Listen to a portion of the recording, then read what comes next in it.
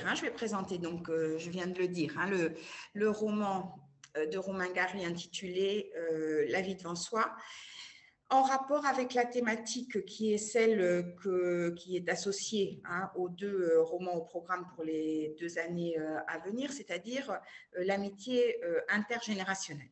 Donc, quelque chose d'assez classique, hein, pour commencer, donc revenir un petit peu à l'étymologie, hein, de ce mot d'amitié. Je pense que c'est intéressant toujours, hein, de faire chercher aux élèves, hein, de leur demander de chercher l'étymologie des mots et de voir ici, de mettre en relation ce terme d'amitié qui vient donc de amikitas et de amicus, hein, et qui est également la même racine, le même radical que pour le mot amour, hein. Ces deux termes viennent finalement de amarrer, d'aimer, hein, tant l'amitié que l'amour. Et si je m'arrête là-dessus, c'est parce que finalement, il est question dans ce roman et dans le roman également de Eric Emmanuel Schmitt, d'amitié, mais on peut même parler d'amour. Donc, je pense que c'est intéressant de commencer par là et peut-être à un moment, dans l'étude de ce roman et du suivant, eh bien, de se pencher sur cette question d'amitié et d'amour. Donc, je vous conseille également, pour vous, parce que pour les élèves, c'est un petit peu long et ça n'est pas nécessaire. Sur France Culture, il y a une série d'épisodes, Histoire de l'amitié, dans la série documentaire, qui permettent de répondre à certaines questions, hein. Qu'est-ce que l'amitié? Pourquoi des individus a priori différents deviennent-ils amis en dépit de ce qui pourrait les séparer? Pourquoi les amitiés d'enfance résistent autant?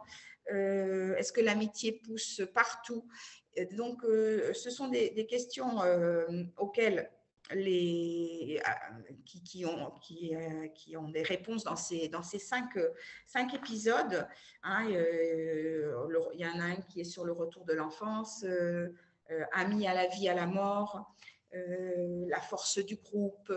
Donc, voilà. Mais ça, c'est plus pour vous, si ça vous intéresse, que pour les élèves, hein, pour commencer à travailler sur cette notion d'amitié. Et vous avez ici le lien vers ces différents épisodes. Et puis, dans l'une justement de ces émissions, eh bien, il y a le commentaire de la conservatrice du musée du Louvre de cette statue de l'amitié du sculpteur italien Cristoforo Stati, qui dure seulement 1 minute.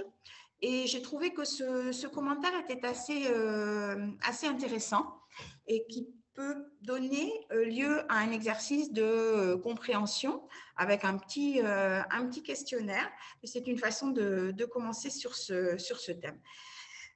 Seulement, pour notre sujet, hein, d'essai pour les prochaines années, ce n'est pas seulement l'amitié, mais c'est l'amitié intergénérationnelle. Donc là, hein, on a une autre dimension, parce que le sujet de l'amitié intéresse toujours nos élèves en général. D'ailleurs, il y a un certain nombre de sujets de rédaction, hein, dans la première partie de l'épreuve de Bac de langue et littérature française qui portent, hein, sur les relations en général, ça peut être la famille, mais aussi sur les amis. Donc, ils peuvent retrouver ce sujet. Mais le thème de l'amitié intergénérationnelle a également, hein, fait l'objet de certains sujets de rédaction. Donc, c'est aussi intéressant de s'y arrêter. Et de toute façon, nous devons le faire puisque c'est notre sujet.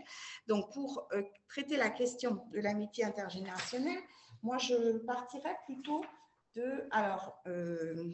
d'autres choses. Et avant, j'ai oublié que je traitais avant la question de l'amitié en littérature. Je me suis égarée, excusez-moi. Donc, l'amitié en littérature, en partant de cette amitié célèbre entre Montaigne et la Boétie, qui finalement a duré peu, puisqu'elle n'a duré que 5 années. Hein, la Boétie étant mort en 1563, et une citation que vous connaissez sans doute, en tous les cas pour la deuxième partie. Hein. Si on me presse de dire pourquoi je l'aimais, je sens que cela ne peut s'exprimer qu'en répondant parce que c'était lui, parce que c'était moi. Et justement, un petit peu de s'arrêter sur cette citation et de voir avec les élèves à l'oral, ben voilà, est-ce qu'un ami, c'est quelqu'un qui nous ressemble ou c'est quelqu'un qui est différent de nous? Est-ce qu'on va vers des gens qui nous ressemblent, qui sont comme nous, qui se différencient de nous, qui sont autrement? Et puis, ensuite, pour La Fontaine, une fable, les deux amis.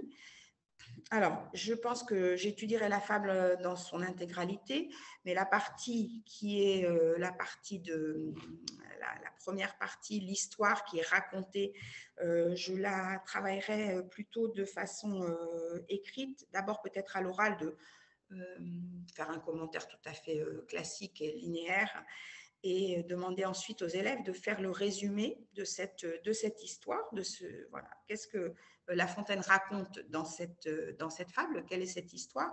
Mais ce qui m'intéresse, c'est particulièrement la morale. Hein, qu'un ami véritable est une douce chose, il cherche vos besoins au fond de votre cœur, il vous épargne la pudeur de les lui découvrir lui-même, un songe, un rien, tout lui fait peur quand il s'agit de ce qu'il aime. Et c'est sur cette morale que j'aimerais m'attarder un petit peu avec les élèves, hein, pour lancer un débat. Donc, on aura d'abord un exercice écrit sous forme de résumé de l'histoire et ensuite un débat à l'oral pour répondre à cette question, qu'est-ce qu'un ami? Et ensuite, un petit peu amener les élèves à s'interroger sur cette question de l'amitié et de ce terme ami, hein, qui est utilisé aujourd'hui, ami virtuel ici, hein, donc ami de la vie réelle, ami virtuel, sur les réseaux sociaux. Est-ce que justement cette communication par les réseaux sociaux a changé quelque chose à l'amitié et à ce qu'est un ami et qu'est-ce qu'un ami sur les réseaux sociaux. Donc, voilà, pour réaliser à la fois des activités écrites et des activités orales. Donc, pour continuer un petit peu et de façon chronologique, mais en faisant un saut, hein, dans le temps, il y a un texte dont j'ai beaucoup aimé la lecture il y a déjà longtemps, mais en repensant à cette question d'amitié, j'ai tout de suite pensé à ce texte, un beau roman de Jean-Marie-Georges Leclésio, Étoile errante, publié en 1992, et qui, s'il ne raconte pas véritablement une histoire d'amitié, en tous les cas, c'est le récit de deux jeunes filles, l'une juive, Esther, l'autre palestinienne, Nejma, il me semble, et qui vont, après la Seconde Guerre mondiale, se rencontrer de façon très brève, se croiser, hein, l'une partant en Israël et l'autre s'exilant. Et ce récit est un récit ensuite qui va être un récit comme à deux voix et les chapitres alternent. C'est tant l'un raconté par la jeune fille israélienne, l'autre par la jeune fille palestinienne, et qui ne cessent ensuite de penser l'une à l'autre, hein, durant leur périple et leur exil. Donc c'est un texte qui m'a beaucoup plu.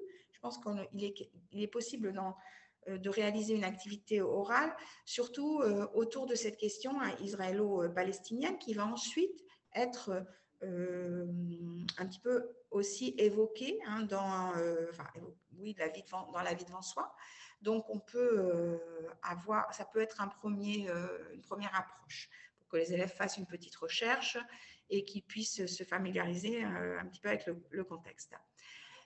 Ensuite, il y a un autre texte qui est facile à lire pour les élèves, un texte de Delphine de Vigan, Nous et moi, qui d'ailleurs est également cité dans une des éditions de La vie devant soi, dans l'édition et la collection Belin-Gallimard classique au collège. Dans les groupements de textes qui sont proposés, eh bien, il y a un extrait de Delphine de Vigan, de Nous et moi. Alors là, oui, véritablement, c'est une histoire d'amitié entre une jeune fille qui est la narratrice, Lou, hein, qui est une enfant de 13 ans qui est surdouée et qui, à l'occasion d'un travail pour l'école, va rencontrer une jeune fille un peu plus âgée qu'elle, No, qui est sans-abri et avec qui elle va entamer une relation d'amitié. Et donc, moi, j'ai choisi 4 extraits. Je les mettrai à votre disposition. Il y a dans le classique au collège un 5e extrait. Et à partir de ces extraits, bien, ce que je vais proposer aux élèves, c'est de formuler des hypothèses de lecture sur les personnages, sur ce qui les oppose, les rapproche, et sur les faits qui sont relatés à partir donc de la lecture simplement de ces 4 extraits. C'est un roman dont la lecture plaît généralement aux élèves et qui n'est pas du tout difficile pour eux. Je pense que c'est un roman assez facile à lire, qui n'est pas très long et en général qui est bien accueilli par les élèves. Nous avons aussi, en parlant avec Marion, songé à d'autres lectures. L'amie prodigieuse d'Elena Ferrante, que vous connaissez peut-être. Alors, il s'agit ici d'une saga qui raconte une histoire aussi d'amitié entre deux jeunes enfants en Italie, dans les années 50. Et c'est une histoire qui se déroule sur 40 ans. Donc, on voit ces deux petites filles grandir, devenir des adolescentes, de jeunes femmes, et voir un petit peu comment cette amitié évolue. Mais alors là, bon, il ne s'agit pas du tout d'aller lire ces textes, qui d'ailleurs sont une traduction, mais un petit peu peut-être d'aller voir que raconte Elena Ferrante dans ces 4 romans, puisqu'il y en a 4, il me semble.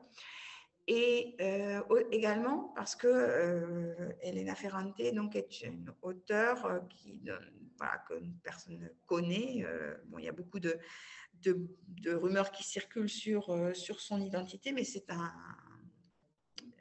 elle n'apparaît pas dans les émissions littéraires, elle ne s'est pas fait connaître, et il y a un mystère autour de son identité.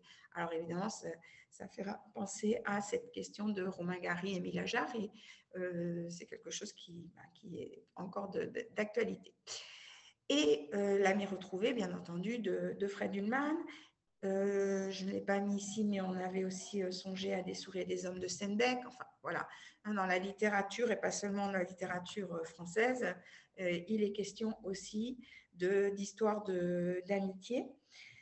Et peut-être qu'en posant des questions aux élèves, eh bien, ils seront capables aussi de nous donner des couples d'amis ou des personnages qui, dans leur lecture, au fur et à mesure qu'ils ont pu lire en espagnol, en catalan, en anglais ou dans une autre langue, eh bien, ils sont peut-être été amenés à lire des histoires qui racontent une histoire d'amitié. Alors, voilà, pour la question de l'amitié intergénérationnelle, je l'approcherai à travers des films, l'amitié au cinéma. Alors, j'ai choisi deux films. Le premier, c'est La tête en friche de Jean Becker. C'est un film qui date de 2010. Je vous mets ici le lien et ensuite je vais le passer pour qu'on puisse le regarder 2 minutes. Et L'école buissonnière de Nicolas Vanier, un film plus récent, 2017. C'est pas du tout la même histoire. Alors, juste pour que je puisse vous expliquer un petit peu après ce que nous ferions à partir de ces deux bandes annonces, je vais vous en montrer une sur les deux. Ça dure juste quelques minutes.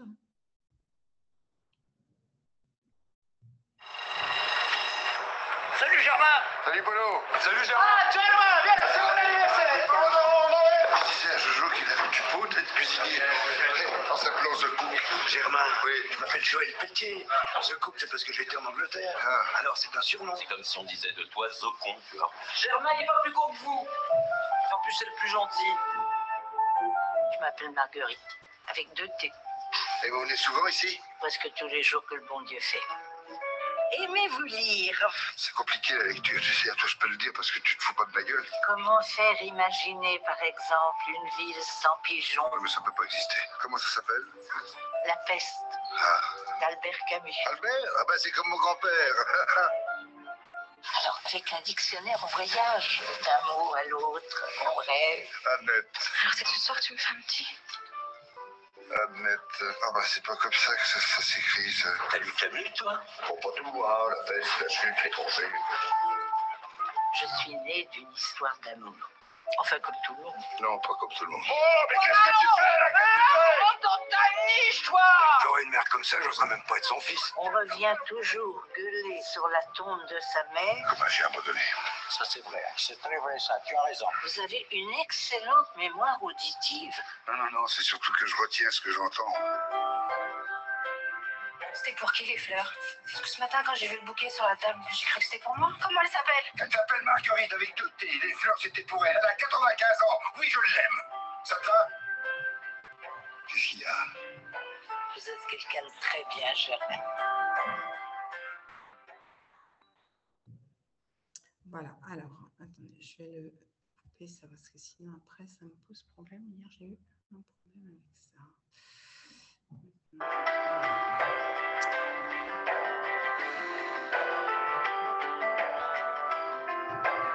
C'est une rencontre pas ordinaire, entre amour et tendresse.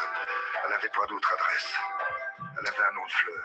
Elle vivait au milieu des mots, des adjectifs tirés par les tifs, des verbes qui poussent comme des herbes. Il y en a qui passent en force.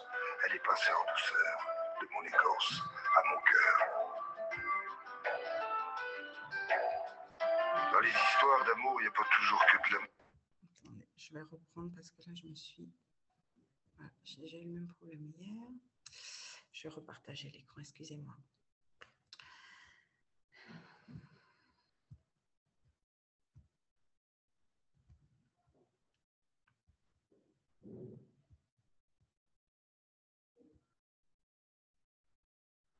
Voilà, donc vous devez à nouveau voir mon écran.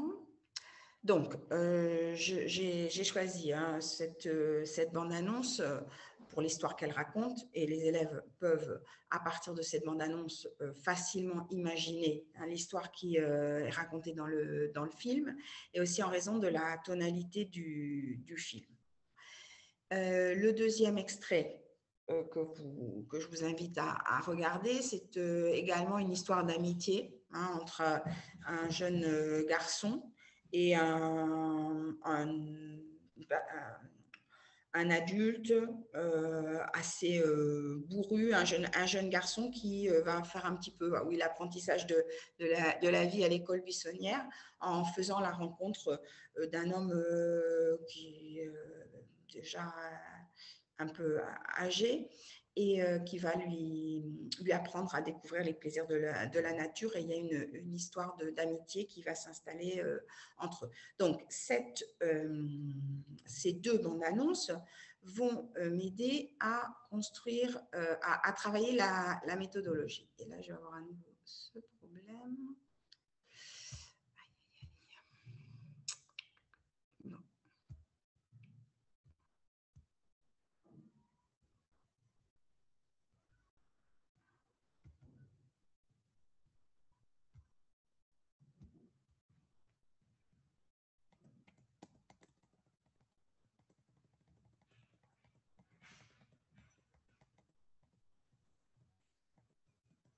Voilà, je suis désolée. Donc, la méthodologie avec l'introduction de l'essai. Je vais demander aux élèves de rédiger une introduction à partir de ces deux bandes annonces. Donc, il s'agit évidemment d'un travail pour travailler la méthodologie, puisque pour l'essai, il ne s'agit pas de travailler à partir de films, mais bien à partir de nos textes. Simplement un sujet très simple, hein, comment la bande-annonce du film, donc de l'un des deux ou des deux films, met en avant la question de l'amitié intergénérationnelle, travaillant la méthodologie et l'introduction en 3 étapes avec l'amorce, puis la problématique et l'annonce du plan. Alors, ça va me permettre de travailler l'introduction d'un sujet d'essai qui porterait sur juste une œuvre ou d'un sujet d'essai qui pourrait porter sur 2 œuvres, et ce serait pour nous bien les 2 œuvres littéraires. Et je commencerai également une fiche que j'aimerais ensuite collaborative, une fiche de vocabulaire, le lexique de l'amitié, en partant peut-être du vocabulaire que les élèves connaissent dans leur langue. J'ai mis l'anglais en premier, donc ce serait plutôt espagnol, catalan, puis anglais, voire dans d'autres langues si nous avons des élèves qui parlent une autre langue. Et peut-être réaliser un travail de traduction, ou en tous les cas, les amener à ces expressions que vous pouvez lire sur la diapositive, qui n'ont rien d'extraordinaire, hein, et permettre ensuite aux élèves, vous leur demandez de poursuivre l'élaboration de cette fiche en ajoutant des mots de vocabulaire au fur et à mesure de l'étude du roman. Hein, voilà, pour pouvoir avoir un vocabulaire plus riche et pouvoir utiliser ces mots dans l'essai. Alors, finalement, je vais entamer la séquence sur la vie devant soi, là aussi d'une façon très classique, avec l'étude de la lecture d'images, hein, de la première de couverture de la collection Folio chez Gallimard, à l'oral, je pense. Ça ne va pas prendre beaucoup de temps, mais bon, s'arrêter évidemment sur le dessin, cet escalier qui nous permet de voir un petit peu certains des enfants, en tous les cas, hein, un escalier qui semble infini, et un titre, La vie devant soi, et puis la présence sur cette première de couverture de deux noms, dont l'un est deux noms d'auteurs, dont l'un est entre parenthèses, donc peut-être commencer de cette façon pour aborder un petit peu tous les aspects importants du texte. Alors, j'en profite pour commenter le choix de l'édition. Habituellement, je trouve qu'il est toujours intéressant de travailler sur un texte où il y a peu d'annotations, même des annotations de vocabulaire. C'est un petit peu toujours la façon dont je procède. Donc là, ce serait l'édition Folio chez Gallimard. Alors, il existe 2 autres éditions et collections là, que vous devez connaître.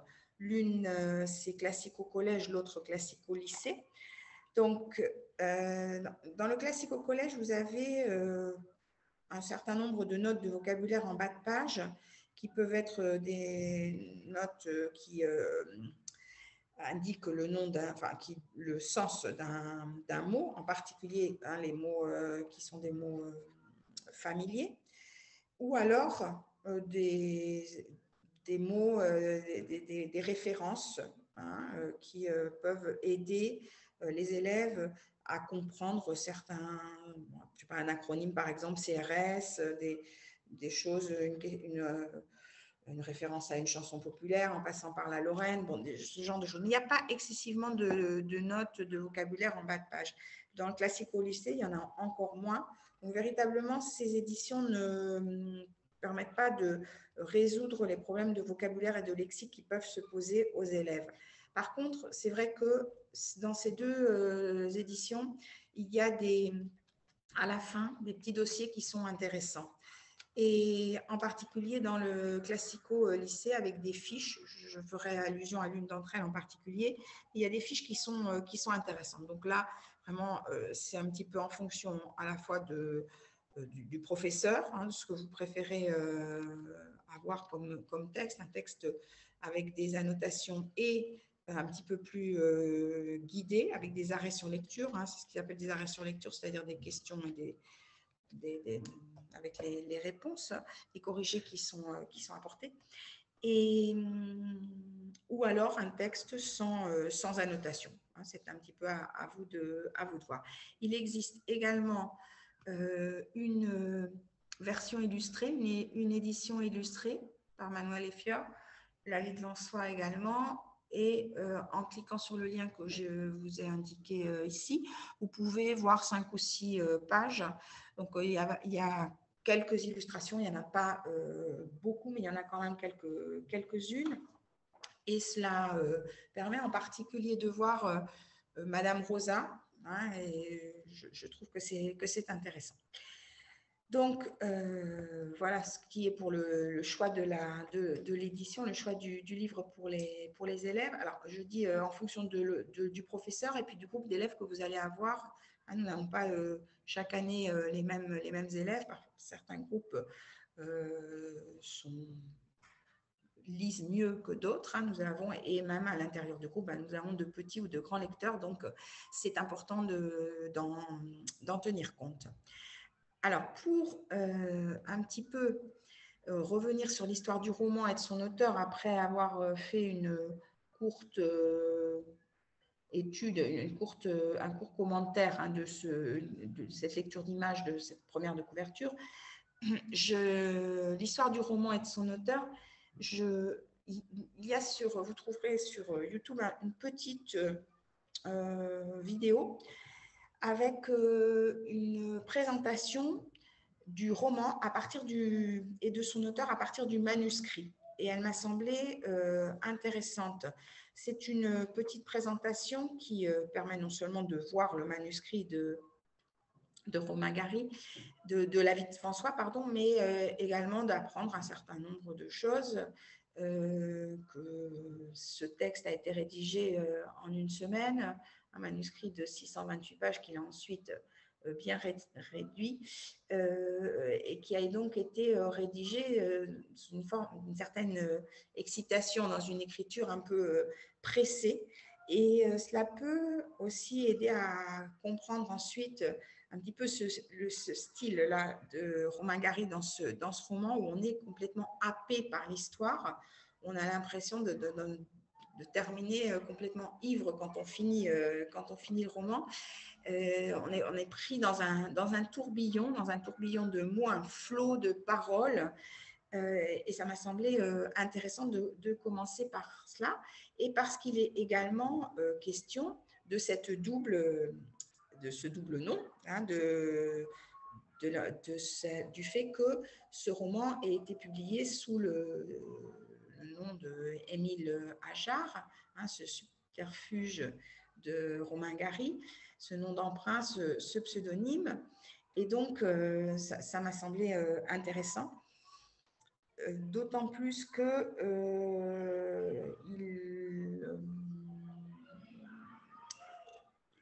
c'est souvent ce qui ressort de ce roman.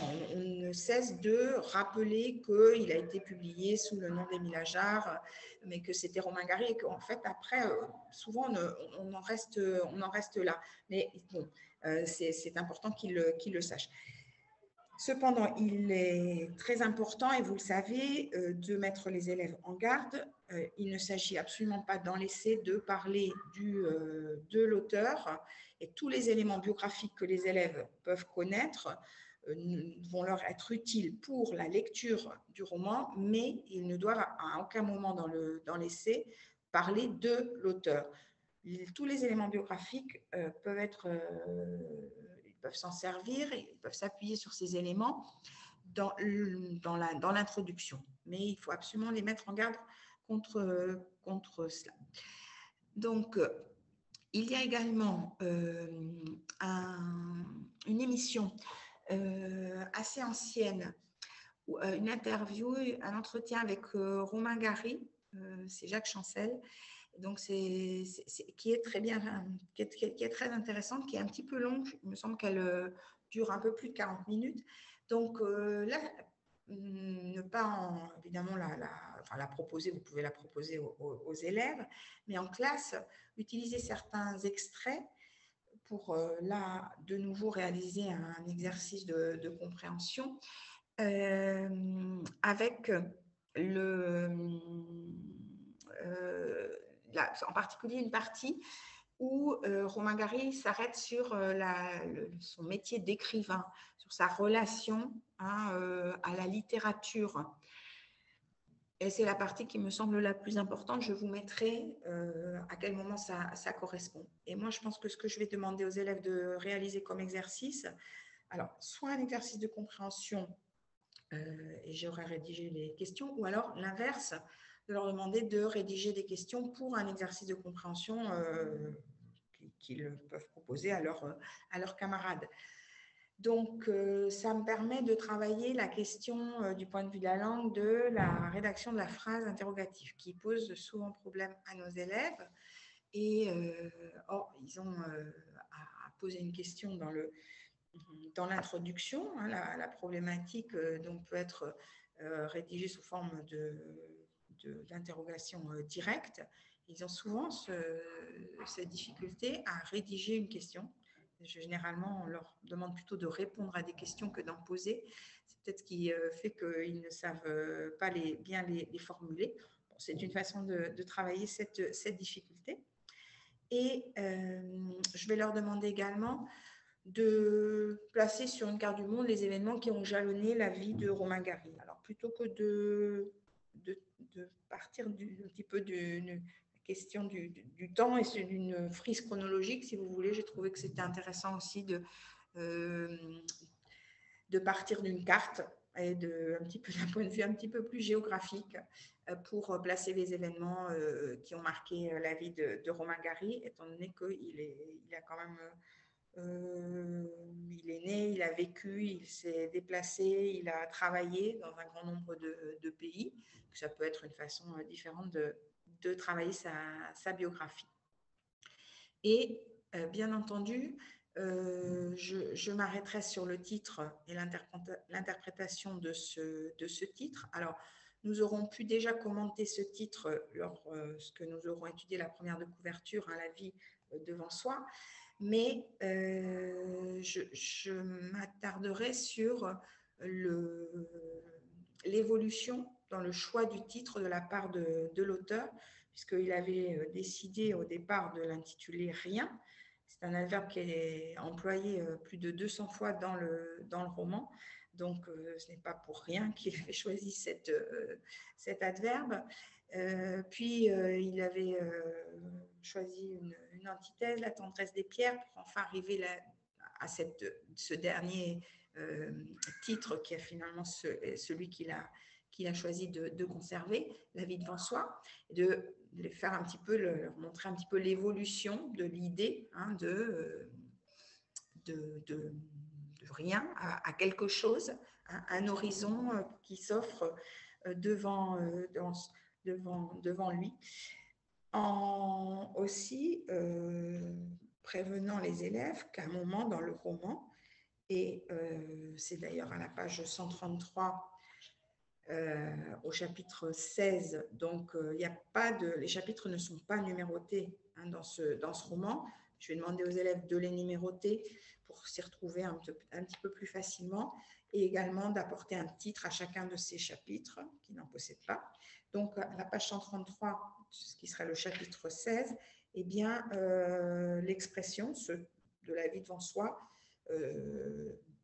modifiée se trouve. Il ne faut pas pleurer, mon petit, c'est naturel que les vieux meurent, tu as toute la vie devant toi.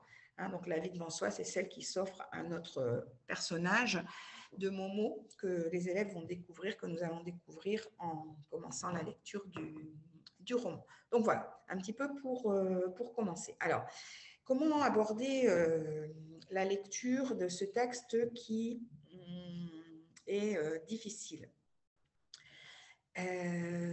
en raison particulièrement du vocabulaire et du lexique. Toujours commencer dans ce parcours de lecture par une lecture à haute voix de ce qui sera l'incipit, mais je pense que ce n'est pas suffisant. Donc moi, je vais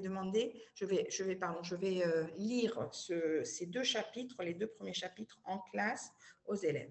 Donc, il s'agit d'une vingtaine de pages, ce n'est pas non plus très long, et de tirer la conclusion avec les élèves en lisant et en commentant à l'oral ces 2 chapitres, que ces 2 premiers chapitres permettent de mettre en place un certain nombre d'éléments qui sont importants. D'abord, le décor. Nous sommes à Paris, dans le quartier de Belleville. C'est annoncé dès la première page. Il y avait beaucoup d'autres juifs arabes et noirs à Belleville. Et nous avons d'ailleurs donc ce quartier et sa population, puisque là, nous avons tout de suite, il y avait les juifs, les arabes et les noirs. Donc un quartier cosmopolite. Nous avons ensuite des noms de rues dans ces chapitres, rue Bisson, boulevard de Belleville. Il est question également de la Goutte d'Or. Donc je pense que c'est important aussi pour qu'ils visualisent un petit peu mieux sur une carte, tout simplement, de placer, de signaler les rues qui vont être présentes, qui vont être indiquées dans le roman, parce que il y a Belleville, mais il n'y aura pas que Belleville. À un moment, Nadine, la môme, on nous dit qu'il la retrouve, enfin, non loin de l'opéra. Donc là, on n'est plus du tout dans le même quartier. Bon, un petit peu pour aussi leur parler des différents arrondissements, peut-être, de Paris et de ces... juste pour les mettre un petit peu, les familiariser. Et donc, le décor est déjà planté dès le premier chapitre. Et puis, bien entendu, nous avons aussi des personnages avec Madame Rosa, 3e ligne. Il est d'abord question d'elle. La première chose que je peux vous dire, c'est qu'on habite au 6e à pied et que pour Madame Rosa, avec tous ses kilos, et je ne vais pas terminer la lecture de cette phrase. Donc, Madame Rosa est déjà présentée, une vieille femme juive qui est fatiguée, persécutée. Il est question de tous ces kilos qu'elle porte, cette difficulté qu'elle a à monter jusqu'au 6e étage sans ascenseur, une santé, elle n'est pas en bonne santé. Donc, ce personnage le roman s'ouvre sur ce personnage. Nous avons également, alors il est question aussi, pas seulement de Madame Rosa, il est question aussi de Monsieur Amil, de Madame Lola à la fin du premier chapitre. Il est question des enfants aussi, de tous les enfants qui sont accueillis par Madame Rosa. Donc, en 2 chapitres, et nous avons déjà un grand nombre de personnages. Et ces personnages ne vont faire qu'augmenter. Au fur et à mesure de la lecture du livre, il y a un foisonnement de personnages, un grand nombre de personnages. Nous reviendrons là-dessus, et ce qui peuvent compliquer un petit peu la lecture du livre. Non qu'il soit difficile d'identifier les personnages, parce qu'ils ont bien chacun une caractéristique et les élèves vont bien les reconnaître, mais il y en a tellement, au bout d'un moment, on peut être perdu parmi toute cette foule de personnages. Alors, les personnages, le narrateur et le lecteur, donc nous avons un narrateur à la première personne, je peux vous dire, donc j'ai dit qu'il était question d'abord de Madame Rosa, mais finalement il est d'abord question d'abord du narrateur et ensuite même du lecteur. Et cette relation du narrateur et du lecteur, elle va se poursuivre tout au long du livre. Le narrateur, Momo, qui est donc présenté. Je suis Mohamed, mais tout le monde, m'appelle Momo pour faire plus petit. Ça, c'est dans le premier chapitre. Et il s'adresse donc au lecteur. Il fait des commentaires. Parfois, nous avons même des prolepses. Il va installer une certaine complicité, il y a presque un jeu de séduction là, le lecteur tombe sous le charme de cet enfant qui raconte son histoire. Alors le narrateur, il y a son prénom, et puis la question de l'âge aussi qui apparaît déjà dans ces 2 premiers chapitres, cette question de l'âge qui le le préoccupe, qui le taraude, comme il dit à un moment dans le texte, et cette expression qu'il emploie régulièrement, je n'ai pas été daté. Hein. Donc, un manque de repères pour lui.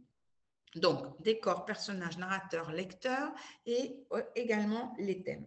Alors, tous les thèmes ne sont pas abordés d'emblée dans ces 2 premiers chapitres, mais nous avons quand même un grand nombre de thèmes qui vont ensuite être développés.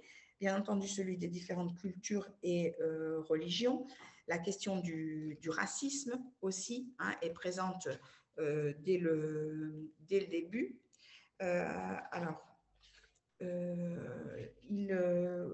La question de la prostitution dans le deuxième chapitre, en revenant sur l'histoire de Madame Rosa et sur les mères des enfants que Madame Rosa accueille, qui sont donc ces femmes qui se défendent, comme dit Momo, qui se prostituent, et la peur également, qui est présente dans ces deux premiers chapitres.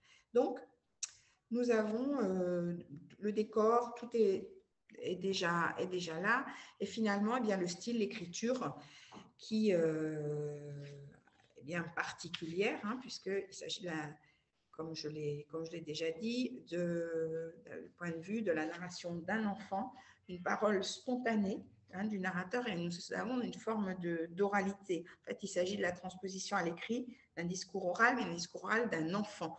Donc, c'est bien particulier. L'emploi de la langue est à la fois familier et fautif. Et en fait, le lecteur écoute Momo parler. Momo avec ses expressions, donc celles que je vous donnais précédemment, les enfants qui se défendent, le proxénète au lieu du proxénète. Et tout cela, tous ces éléments, pas seulement ces éléments de langue, mais également les jeux de mots vont donner à ce texte une tonalité humoristique, voire comique.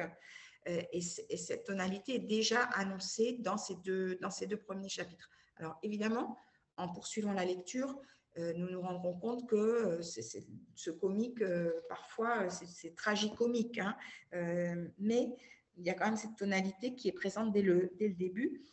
Et il y a un décalage, en quelque sorte, entre les sujets graves qui sont traités dans le texte par cet enfant et la façon dont il les traite, la façon dont il parle. Alors moi, ça m'a fait penser un petit peu par cette façon de raconter du point de vue d'un enfant, un petit peu le roman graphique de Riyad Sattouf, L'Arabe du futur. C'est un enfant qui raconte, alors voilà, c'est innocent, ça nous fait rire, en même temps c'est grave, les problèmes qui sont soulevés sont graves, mais sont traités avec humour, parfois une certaine dérision. Bon, nous avons déjà tout cela dans les deux premiers chapitres. Alors, pour que les élèves puissent poursuivre la lecture, et je leur demanderai de poursuivre la lecture jusqu'au chapitre 7, je continuerai dans ce parcours de lecture avec un exercice qui serait celui de notes d'intention.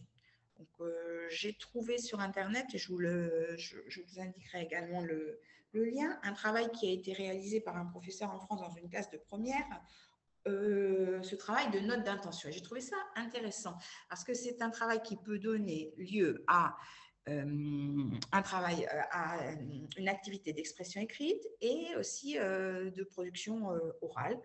De quoi s'agit-il ? Il s'agit de réaliser finalement un livre audio où chacun des élèves va choisir un chapitre, même si ce ne sont pas, je répète, il n'y a pas de chapitre, Romain Gary n'a pas numéroté tous ces petits chapitres qui constituent l'ensemble du roman. Donc, chaque élève va choisir un chapitre pour ensuite le lire et pour composer un livre audio. Mais avant de le lire, il va devoir, dans un petit paragraphe, petit article, une petite note d'intention, expliquer la raison pour laquelle il a choisi ce chapitre et peut-être, eh bien oui, en faire comme un petit commentaire. En tous les cas, ça doit être quelque chose d'assez libre, mais qui justifie et le choix et la façon dont il va lire le texte. Donc, ça va se faire au fur et à mesure et jusqu'à la fin. Donc, il y a 31 chapitres. Je ne sais pas, nous avons tous des groupes qui ont un effectif différent. Pour des groupes qui sont petits, réduits, il peut y avoir donc plusieurs lectures pour l'élève. Mais ça m'a semblé intéressant. Et pour qu'ils comprennent bien de quoi il s'agit, je leur donnerai comme exemple les notes d'intention des 2 premiers chapitres, et ce sont les notes d'intention qui ont été rédigées par les élèves de cette classe de première dans un lycée en France, qui sont assez bien faites, qui sont rédigées par des élèves, donc ça, il voit un petit peu ce qu'on peut attendre, il y a un petit peu le produit fini pour qu'ils comprennent de quoi il s'agit. Et ça permet de poursuivre, on poursuit comme ça la lecture jusqu'au chapitre 7. Alors, à chaque fois ensuite, ce que je vais faire, c'est commenter au fur et à mesure de cette lecture les éléments qui ont pu leur sembler importants et revenir une fois que et travailler ensuite sur les personnages, les thèmes au fur et à mesure de cette lecture. Donc, ce que je ne vais pas faire, c'est leur donner la lecture de tout le roman à faire avant de commencer à travailler sur seulement les personnages ou les thèmes. Je crois qu'il faut que ça se construise au fur et à mesure de la lecture et il faut, comme d'habitude, que les élèves circulent dans le livre et qu'on revienne toujours un petit peu en arrière et qu'on soit capable de retrouver des éléments et qu'ils soient capables de bien se situer dans le roman. Parce que finalement, nous en revenons toujours à une question que face à un sujet qui peut les dérouter le jour de l'épreuve, eh bien, la connaissance de l'œuvre est ce qui va les sauver. Et la méthodologie également. Donc, il va falloir qu'ils circulent dans le texte. Dans ce parcours de lecture, pour bien comprendre l'œuvre, il va falloir également contextualiser un petit peu et leur permettre de comprendre un certain nombre de choses qui vont faire que la lecture soit plus aisée et qu'ils en saisissent tout le sens. Alors, bien entendu, il y a un contexte historique qu'il va falloir travailler. Il va être difficile d'être en accord avec le professeur d'histoire du programme Bachibac, parce que généralement, toute la partie qui concerne la Seconde Guerre mondiale, la Shoah, il voit cette partie-là un petit peu plus tard dans l'année, si nous choisissons d'étudier ce roman avant celui de Éric Emmanuel Schmitt, ce qui sera mon cas parce que je pense que cette lecture est beaucoup plus difficile que celle de Éric Emmanuel Schmitt et je préfère commencer par le roman plus difficile. Ça, c'est un choix tout à fait personnel et vous pouvez bien entendu avoir une opinion tout à fait différente et préférer commencer par le texte le plus simple. Et du coup, vous pourriez peut-être être plus en accord avec le programme d'histoire. Ça, ce serait l'idéal d'être en phase avec le programme d'histoire. Mais bon, si ce n'est pas le cas, eh bien, nous avançons. Et donc, je demanderai aux élèves de faire des recherches sur la rafle du Vélodrome d'hiver, la rafle du Veldiv en juillet 1942, lors de laquelle eh bien, plus de 13 000 juifs ont été arrêtés et conduits dans ce Vélodrome d'hiver pour être ensuite envoyés dans un camp dans le Loiret et être déportés. C'est important qu'ils connaissent cet épisode de la Seconde Guerre mondiale, parce qu'il en est question dans le livre et à de nombreuses reprises. Cet épisode est en rapport avec le personnage de Madame Rosa et il est important qu'ils le connaissent. Donc, les et parce que il est question aussi ensuite de la déportation, et donc je leur demanderai également de faire des recherches sur la Shoah. Alors, je leur proposerai de regarder un film, je ne sais pas si je le verrai, je le projetterai dans son intégralité en classe. En tous les cas, je leur passerai des extraits et je pense qu'ils le regarderont, La rafle de Rose Bosch, pour laquelle il y a un dossier pédagogique à l'intention des professeurs qui est très bien fait et qui peut donner aussi l'occasion de réaliser un travail sur cet épisode et sur ce sujet à partir du film et à partir des documents qui se trouvent dans ce dossier pédagogique. Et il y a des interviews des acteurs, mais aussi de personnages qui ont vécu ce drame. Donc, il est important d'y revenir. Et le contexte géographique et historique à la fois, hein, avec ce Belleville, ce quartier de Belleville, à la fin des années 60, la rénovation urbaine menée par la ville de Paris en plusieurs étapes, mais justement à la fin des années 60, début des années 70, c'est le moment où dans ce quartier de Belleville, eh bien, les immeubles, qui étaient des immeubles assez peu élevés, hein, qui constituaient il y avait des maisons qui constituaient des îlots, ont été détruits pour construire des immeubles beaucoup plus hauts. Et ce vieux Belleville a disparu, hein, celui des petites rues, des cours, des impasses, pour donner lieu à des immeubles qui étaient des immeubles de 10 à 15 étages. Donc, il y a le côté urbanistique, hein, urbain, ce quartier qui va changer physiquement. Et puis, d'un autre côté, la population dans ce quartier, avec à partir du milieu des années 50 et à la fin des années, durant les années 60, l'accélération de la transformation de la population de ce quartier, avec l'arrivée de Français musulmans, hein, des Espagnols, des Portugais également, des Marocains, des Tunisiens, des Africains plus tard, et qui va donner à ce quartier, hein, une identité cosmopolite, un quartier où on est complètement dépaysé. Donc, c'est encore le cas aujourd'hui. Peut-être que nos élèves connaissent ce quartier et qu'ils ont eu l'occasion de s'y promener, je ne sais pas. Mais en tous les cas, ce quartier des années 60, ce n'est pas non plus le Belleville d'aujourd'hui. Donc, c'est important de leur expliquer, hein, de quoi il était fait, ce milieu populaire, immigré, et modeste, hein, qui constituait le quartier de Belleville.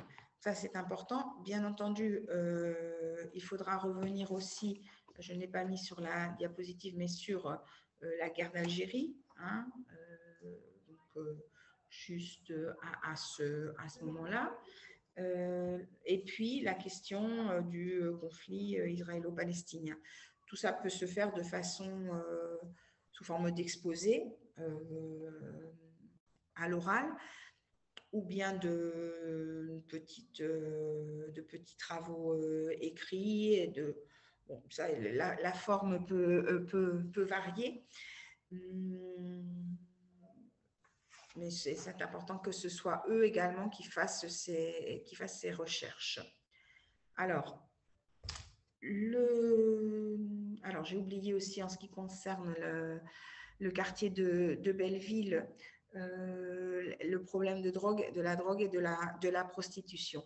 parce que ce sont deux thèmes qui sont évoqués dans le roman et qui caractérisent aussi certains endroits de ce quartier, en tous les cas qui sont la réalité de ce quartier à la fin des années 60.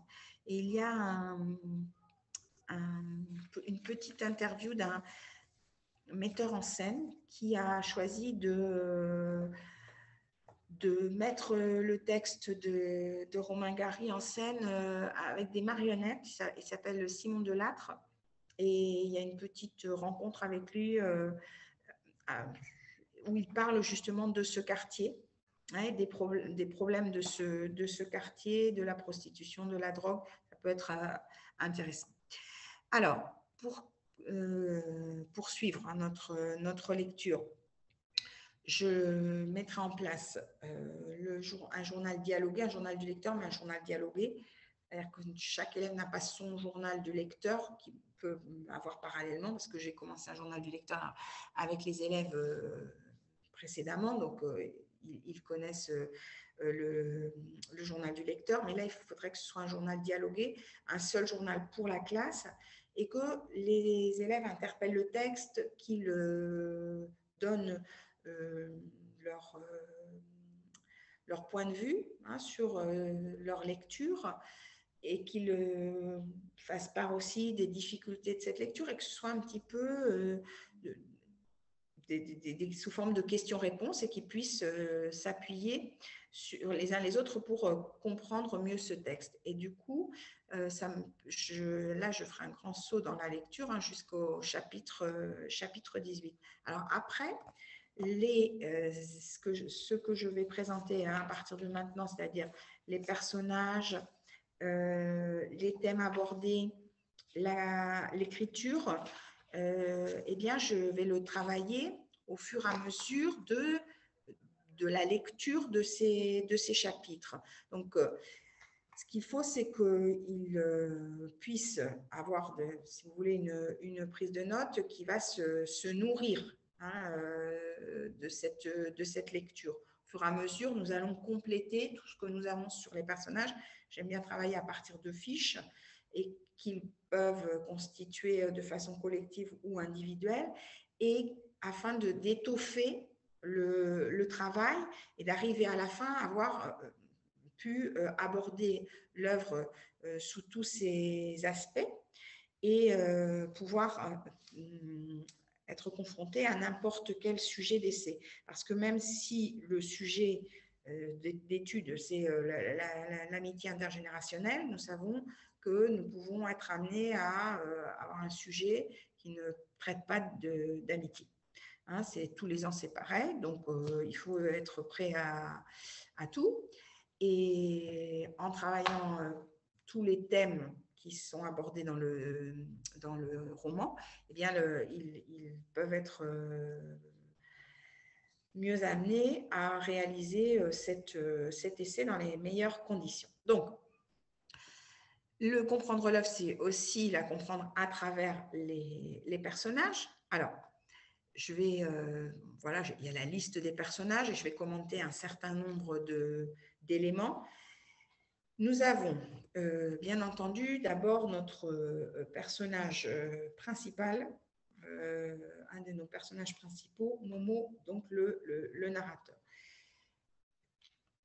À un moment, à la page 87 pour l'édition Folio, ce serait dans le chapitre 10, il nous donne un détail sur son physique. J'ai des cheveux bruns, des yeux bleus. C'est tout ce que nous savons. Alors, il poursuit et nous commenterons je n'ai pas le nez juif comme les Arabes. Donc, seulement cette indication. Et ensuite, ce qui a caractérisé Momo, c'est la façon dont il s'exprime et toutes les interrogations qu'il porte sur lui-même et sur les autres. Donc, cette question de l'âge qui l'inquiète et cette complicité donc avec le lecteur dont je parlais précédemment.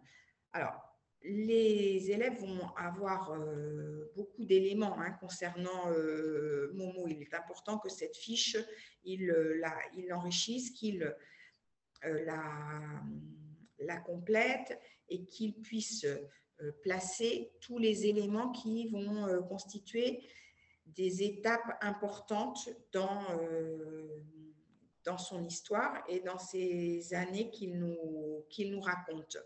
Et c'est le rapport aux autres, mais il peut être un petit peu, oui, le centre avec Madame Rosa, qui est l'autre personnage principal. Ce sont les deux personnages autour de qui tournent tous les autres. Ils peuvent être au centre de cet éventail de personnages. Et la relation qu'il y a entre les deux, c'est bien cette question de l'amitié intergénérationnelle. Donc, on a vraiment là le noyau.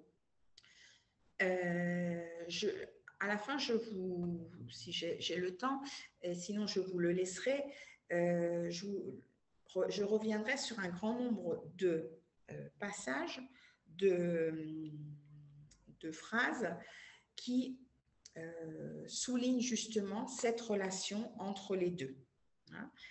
Donc, Madame Rosa, qui a déjà été présentée, qui est présentée dès le début, donc vieille femme juive qui se caractérise par ses kilos, qui est grosse, qui est au physique vraiment disgracieux, c'est moins qu'on puisse dire, mais qui a été belle dans sa jeunesse, qui a une santé qui est en mauvaise santé et un corps qui se dégrade. Il y a cette dégradation physique au fur et à mesure de la lecture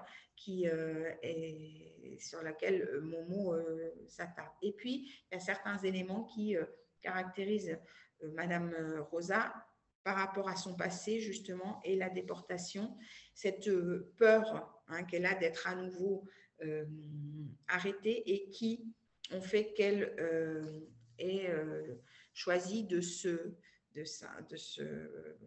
construire, de s'installer, ce trou juif dans la cave, cet endroit où elle descend pour être à l'abri et qui la transporte et que va découvrir Momo et qui va être une sorte, oui, de secret entre les deux.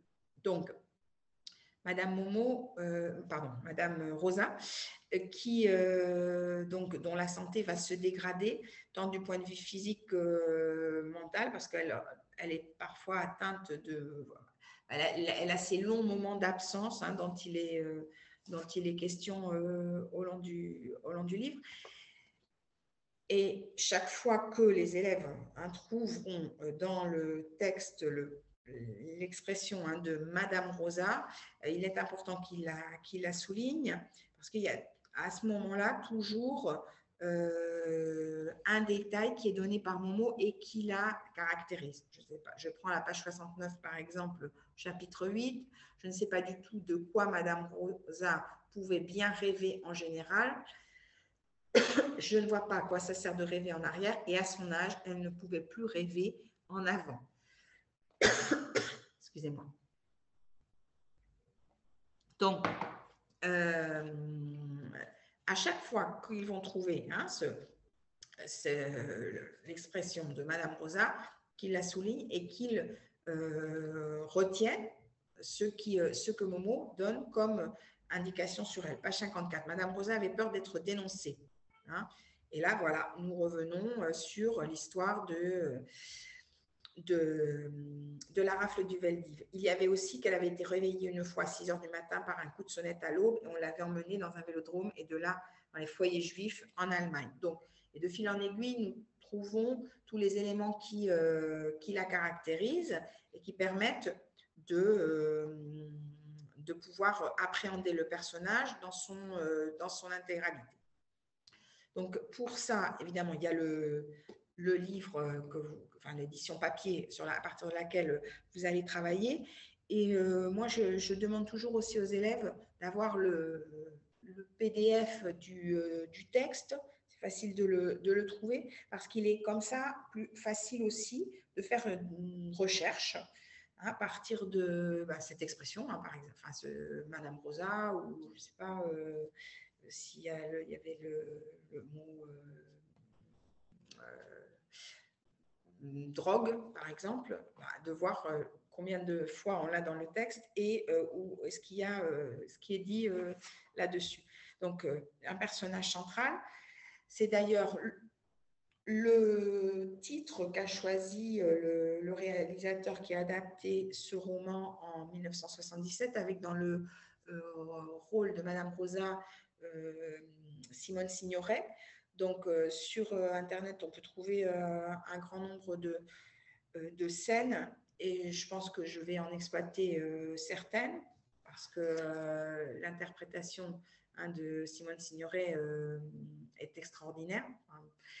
Donc, je pense que les élèves vont aller voir ce film et peut-être ne pas le regarder. Je ne sais pas, c'est un film qui est assez ancien. Je ne sais pas s'ils vont le regarder en entier.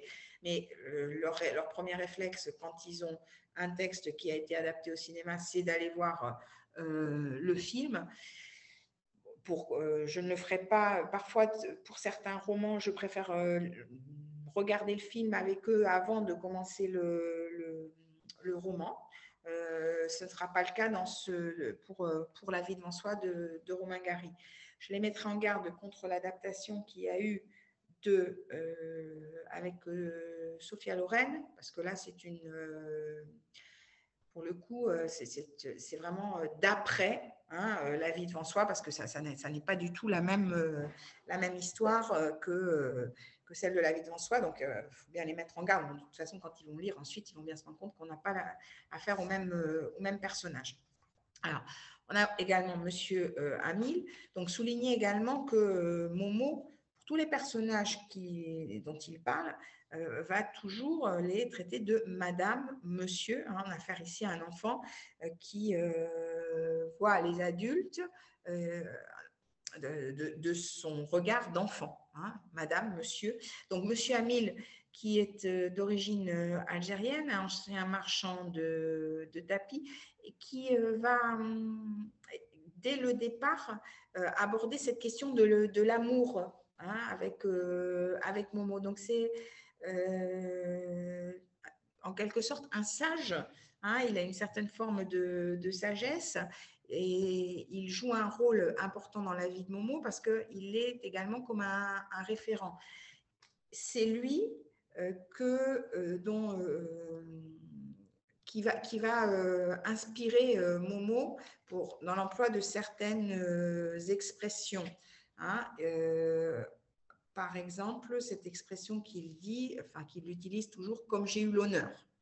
Page 45, dans le chapitre 5. Donc, comme j'ai eu l'honneur, quand je suis rentrée avec Madame Rosa après cette visite chez le docteur Katz, etc., etc. Donc, et puis, il y a aussi une autre expression qui est celle de l'expérience. Je n'ai plus là sous les yeux, mais il utilise certaines expressions de Monsieur Hamil qui constituent pour lui comme un référent, une forme de sagesse. Et Monsieur Hamil, il est important également parce que c'est celui qui nous met en relation avec Victor Hugo et avec Les Misérables.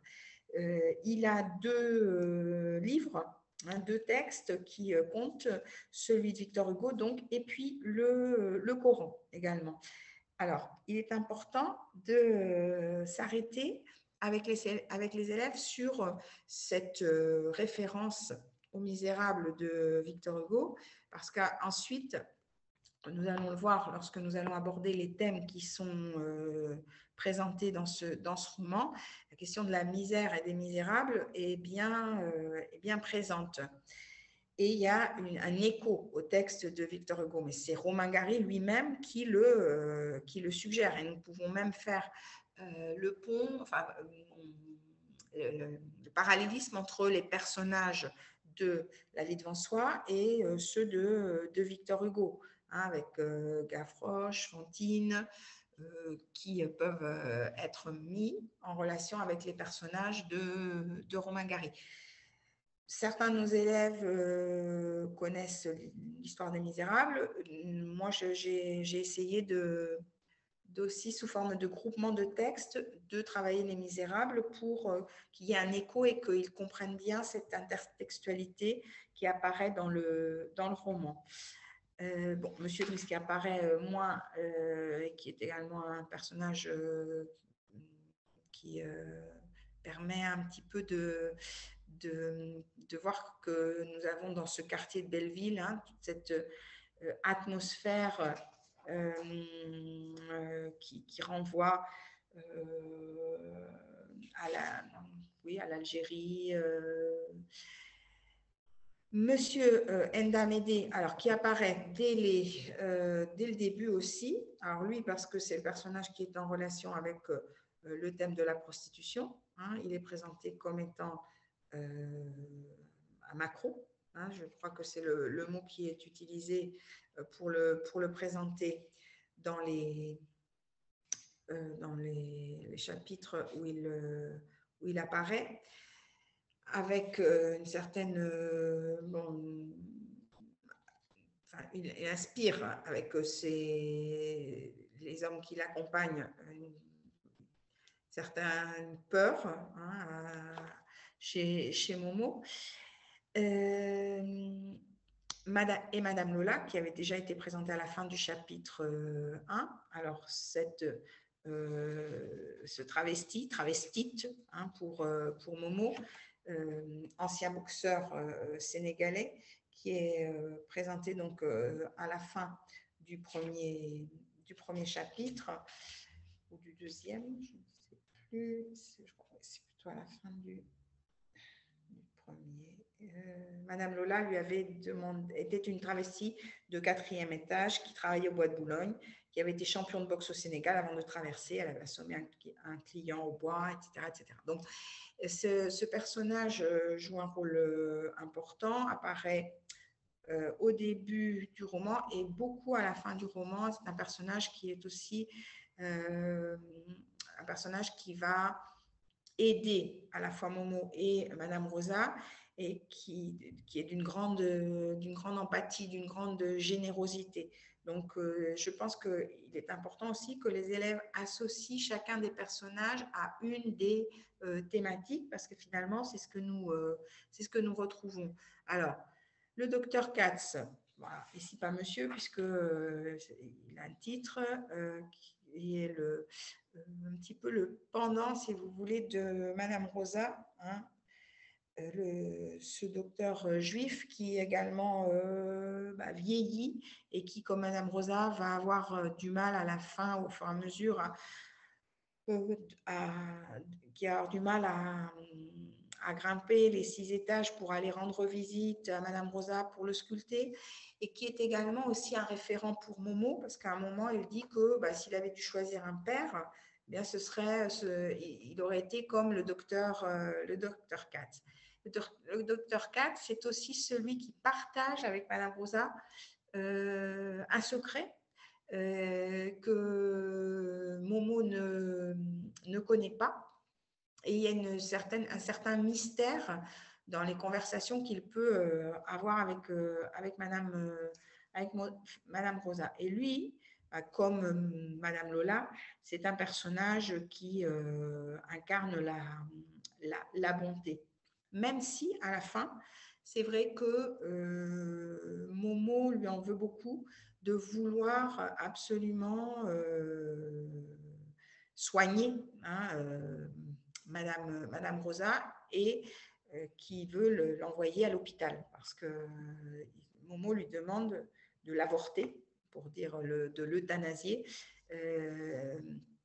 et le docteur Katz ne veut pas en entendre parler, et pour lui, il n'y a plus qu'une solution pour Madame Rosa, c'est d'aller à l'hôpital, et qu'elle pourra même ainsi vivre plus. Et c'est ce que Momo, justement, ne souhaite pas.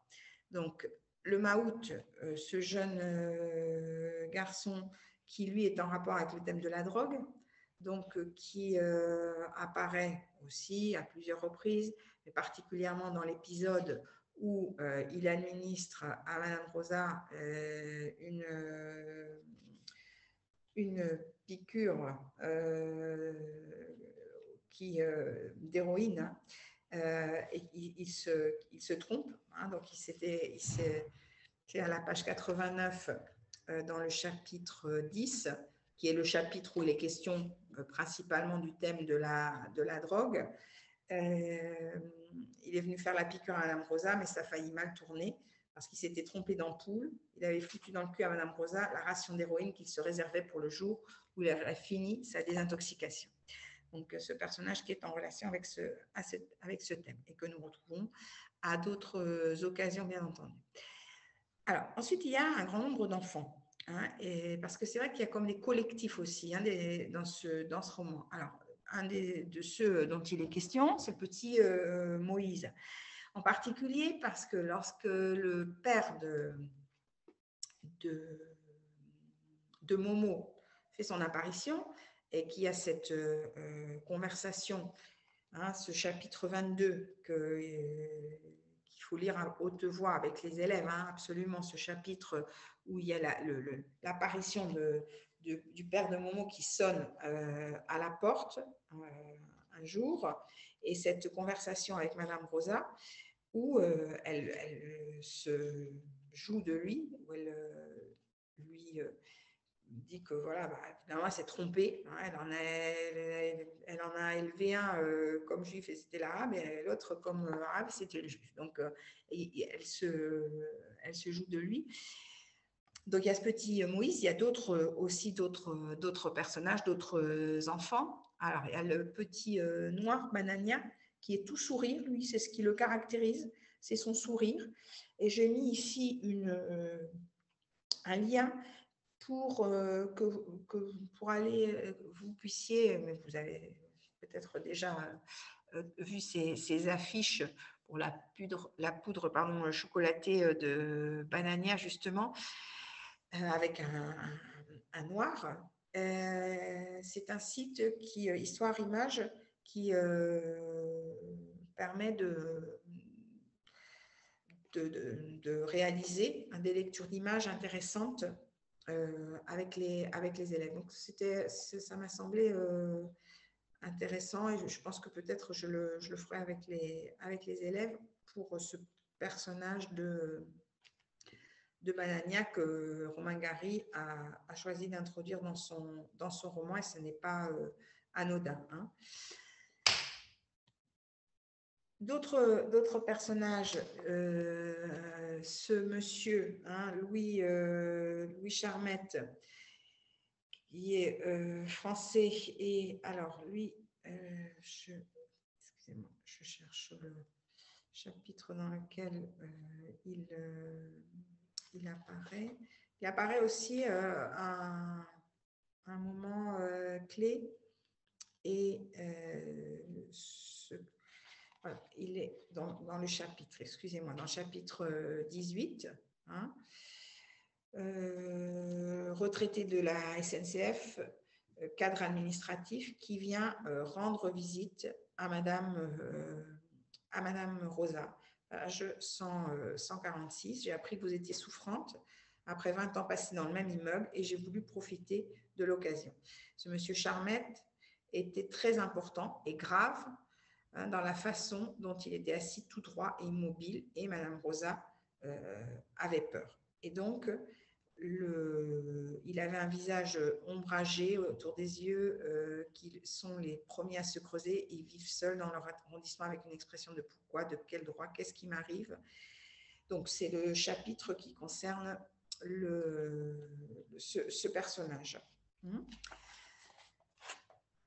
Et à remarquer aussi le nom que Romain Gary a choisi pour ce personnage, hein, Charmette, charmant, charmeur. Un personnage féminin en dehors de Madame Rosa, parce que il y a peu de personnages féminins dans ce roman. Les enfants sont tous des garçons, et ensuite il y a beaucoup d'hommes. Mademoiselle Nadine, la môme,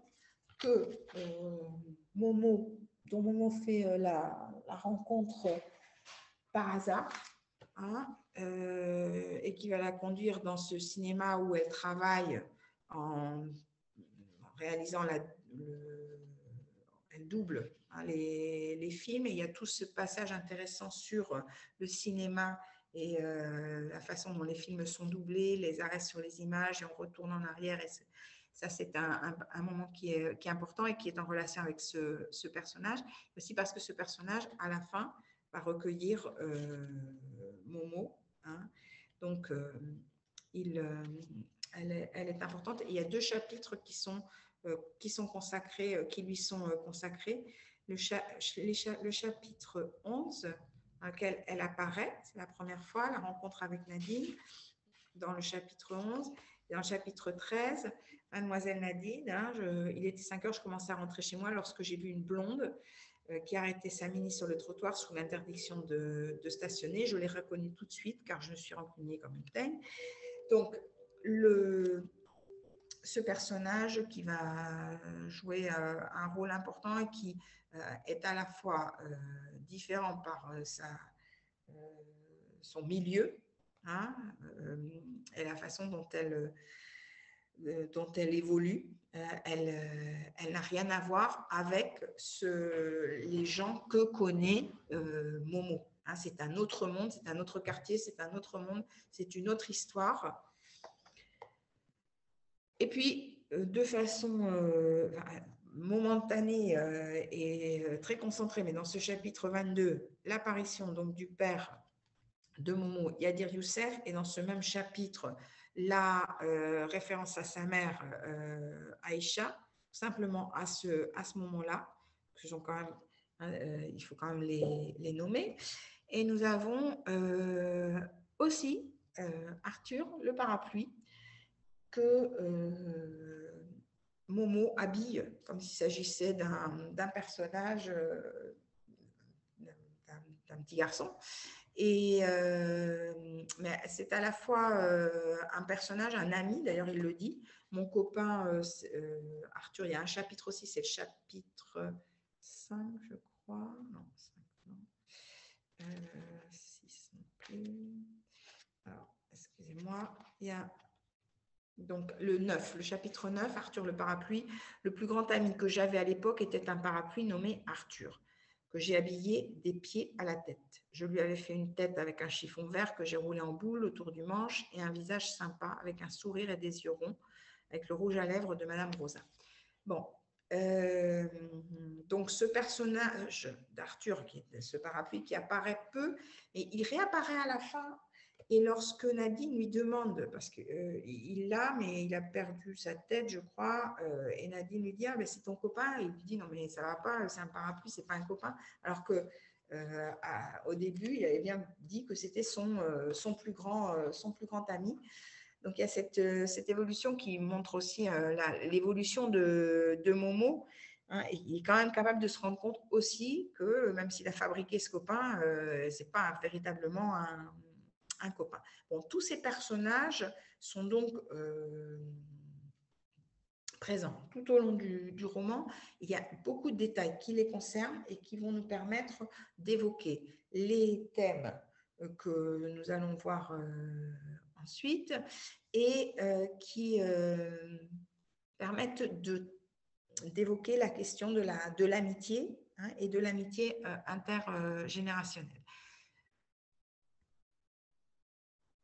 Alors, les thèmes abordés.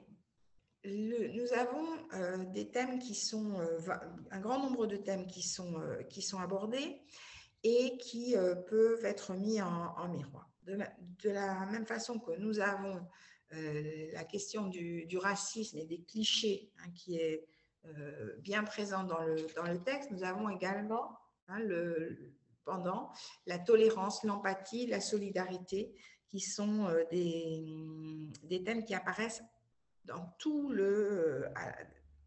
au long du roman. Alors, en ce qui concerne le racisme, tout le monde, toutes les communautés sont concernées.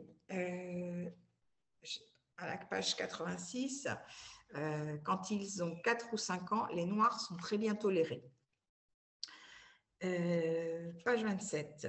Je suis dans l'édition Folio. Page 27, il y avait aussi de passage Antoine qui était un vrai Français et le seul d'origine, et on le regardait tous attentivement pour voir comment c'est fait.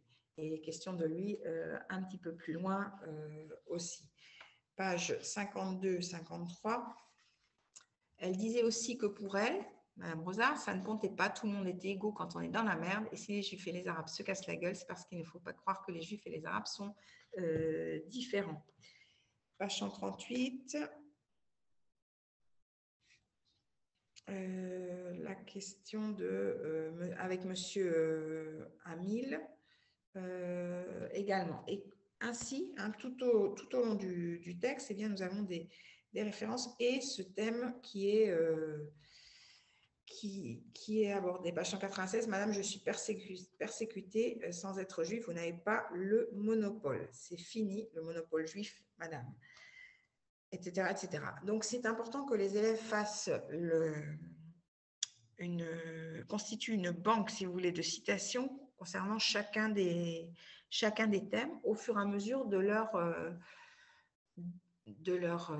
lecture. Alors, malgré cette question et ces clichés qui apparaissent tout au long du roman, nous voyons des personnages qui sont tolérants finalement. Et dans ce quartier, tout le monde vit dans un esprit de solidarité et font preuve d'empathie les uns envers les autres, et en particulier envers Madame Rosa. Hein, les personnes qui veulent l'aider, qui sont prêts à la sauver, hein, même s'il y a des moments où ce n'est pas, ça n'apparaît pas, mais quand même c'est ce qui domine. Alors, la question aussi de la prostitution, de l'avortement. Donc, nous avons ces enfants qui sont des enfants de prostituées. Madame Rosa, elle-même ancienne prostituée. Madame Lola, travestie, hein, qui au bois de Boulogne.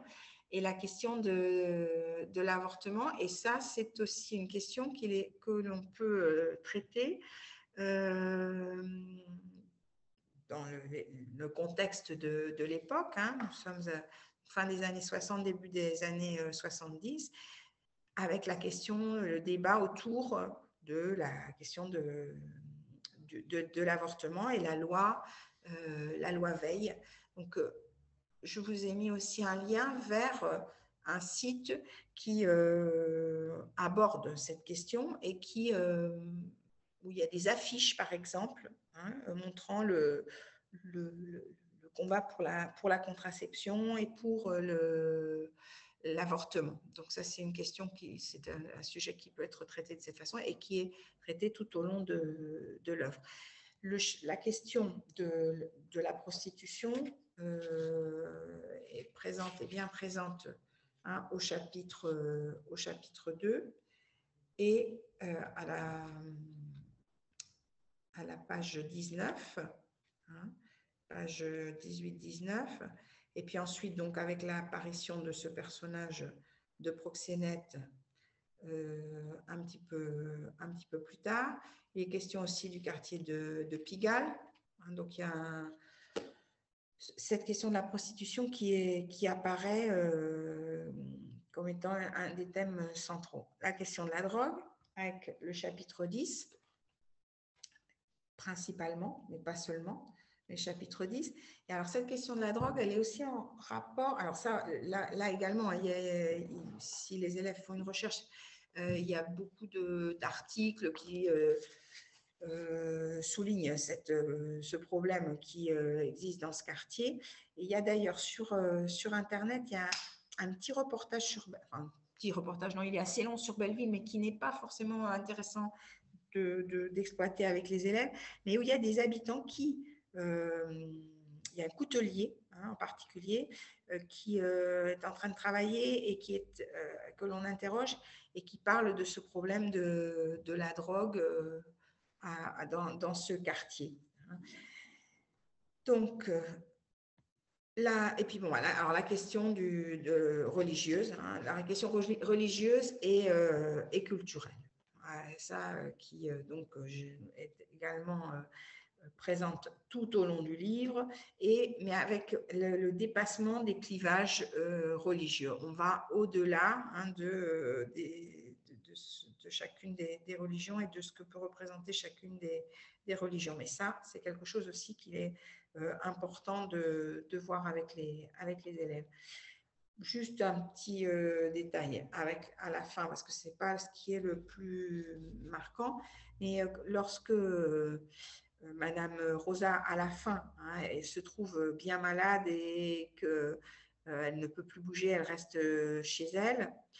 Ah, pardon, j'ai oublié de commenter quelque chose concernant la drogue parce que je vois là qu'il est question d'héroïne. Oui, la drogue, elle est aussi à mettre en relation avec la question du bonheur et de ce bonheur que Momo refuse. À un moment, il parle de la drogue et justement, il dit que lui, il ne veut pas y toucher, que ce bonheur-là, il n'en veut pas. Donc, j'avais oublié, je voulais le souligner. Donc, la question de la religion. Quand je suis remontée, c'est à la page 232, quand je suis remontée, j'ai trouvé avec le père André, le rabbin de la rue des Chaumes à côté de l'épicerie cachère de M. Rubin, qui avait sans doute appris qu'il y avait un curé qui rôdait autour de Mme Rosa et qui a eu peur qu'elle fasse une mort chrétienne. Il n'avait jamais mis les pieds chez nous, vu qu'il connaissait Mme Rosa depuis qu'elle était petite. Le père André et le rabbin, qui avait un autre nom, je ne m'en souviens pas, ne voulaient pas donner le signal du départ. Ils restaient là, sur 2 chaises, à côté du lit, avec Mme Rosa. Ils ont même parlé de la guerre du Vietnam parce que c'était un terrain neutre. Donc, ces thèmes, nous reviendrons sur ces thèmes lorsque nous aborderons la question de l'essai et de certains sujets d'essai.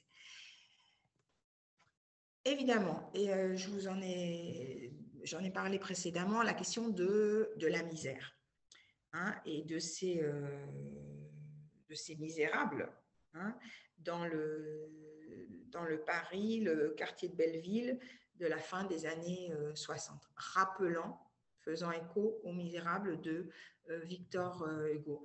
Question de l'abandon, du malheur, de la vie en général. Mais ce sont tous, un grand nombre de ces personnages sont des personnages qui sont les cabossés de la vie, qui sont des laissés pour compte et qui justement, dans leur malheur, se retrouvent.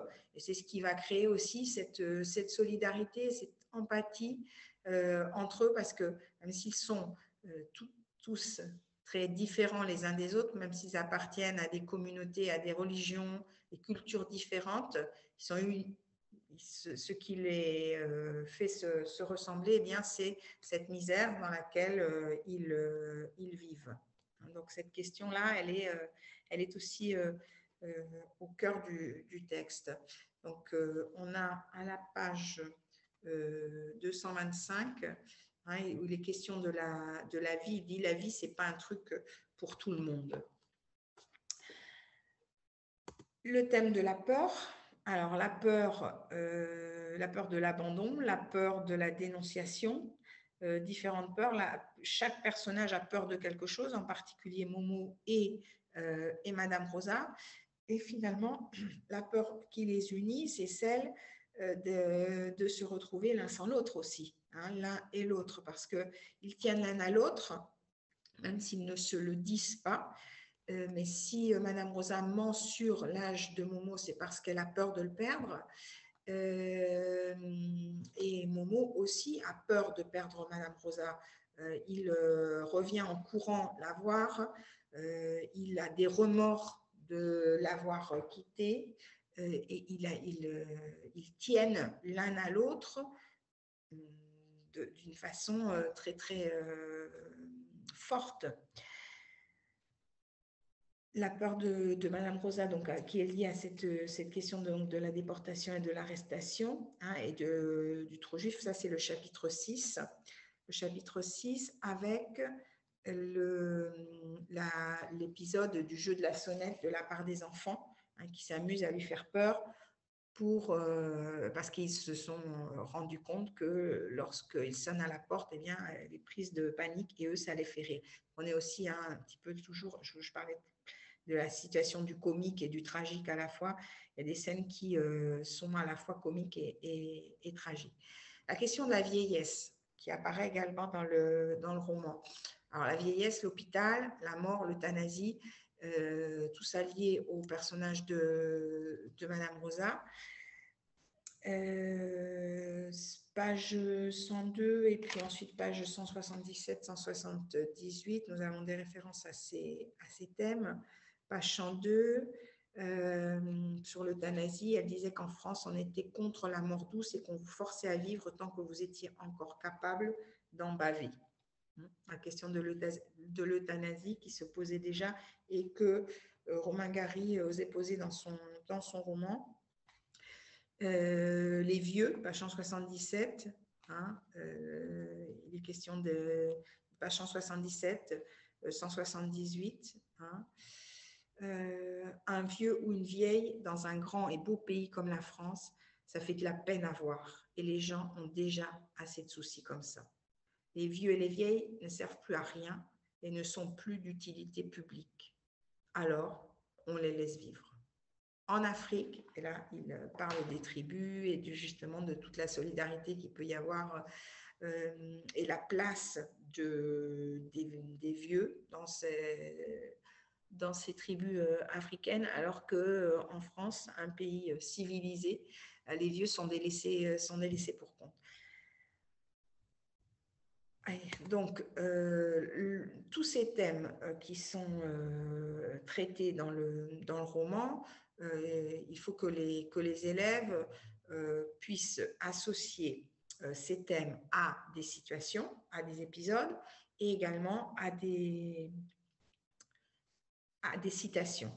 Alors, en ce qui concerne l'amitié intergénérationnelle, il y a un grand nombre de citations qui font référence à la relation qui existe et qui grandit entre Momo et Madame Rosa. Donc, j'ai fait la liste de toutes ces citations. Je vous donnerai le document. Mais c'est aux élèves de trouver, au fur et à mesure de leur lecture, de trouver ces passages. Donc, il y a déjà un grand nombre de citations qui font référence au fait qu'ils se tiennent la main. Ça, c'est quelque chose qui revient sans cesse dans le texte, qu'ils se donnent la main. Et c'est un signe, un signe d'affection, un signe de rapprochement. Il se donne la main ou bien il la tient par le cou, page 23 par exemple. Je lui avais mis les bras autour du cou et je l'ai embrassé. Il y a peu finalement de marques d'affection et il y a énormément de non-dits entre ces deux personnages qui s'aiment et qui ne se le disent pas. Et donc, il y a autant de passages, il y a plus de passages, où on est dans le silence et dans les non-dits que de passages dans lesquels il y a cette marque d'affection qui apparaît. Alors, il y a le fait qu'ils se tiennent la main. Il y a aussi le regard, les remords de Momo lorsqu'il se rend compte qu'il l'a laissé. Alors, pour la main, par exemple, à la page 71, je lui caressais la main pour l'encourager à revenir et jamais je ne l'ai plus aimée parce qu'elle était moche et vieille et bientôt, elle n'allait plus être une personne humaine. C'est vrai que au fur et à mesure de la lecture, ces citations, ces passages où il est question de cette relation entre deux et surtout des sentiments que Momo éprouve pour Madame Rosa apparaissent de plus en plus. À partir de la page 200, et dans l'édition de Folio, on a 272 pages, on a plus de la moitié de ces citations. Je me suis assise sur le tabouret à ses pieds et je lui ai pris la main avec gratitude après ce qu'elle avait fait pour me garder. On était tout ce qu'on avait au monde et c'était toujours ça de sauver. Moi, je pense que lorsqu'on vit avec quelqu'un de très moche, on finit par l'aimer aussi parce qu'il est moche. Et il y a vraiment des passages qui sont très, très, très, très émouvants. Je regarde si je peux trouver un ou deux de plus. Madame Rosa aussi qui dit à Momo, j'avais peur que tu me quittes, Momo, alors je t'ai un peu diminué. Tu as toujours été mon petit homme. J'en ai jamais vraiment aimé un autre. Alors je comptais les années et j'avais peur. Je ne voulais pas que tu deviennes grand trop vite. Excuse-moi. Du coup, je l'ai embrassé, j'ai gardé sa main dans la mienne et je lui ai passé un bras autour des épaules comme si elle était une femme. Voilà.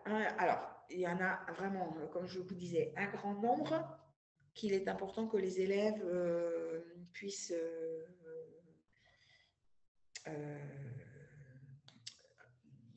retenir, qu'ils aient et il va falloir qu'ils en choisissent et qu'ils en apprennent pour pouvoir citer le texte dans leur essai.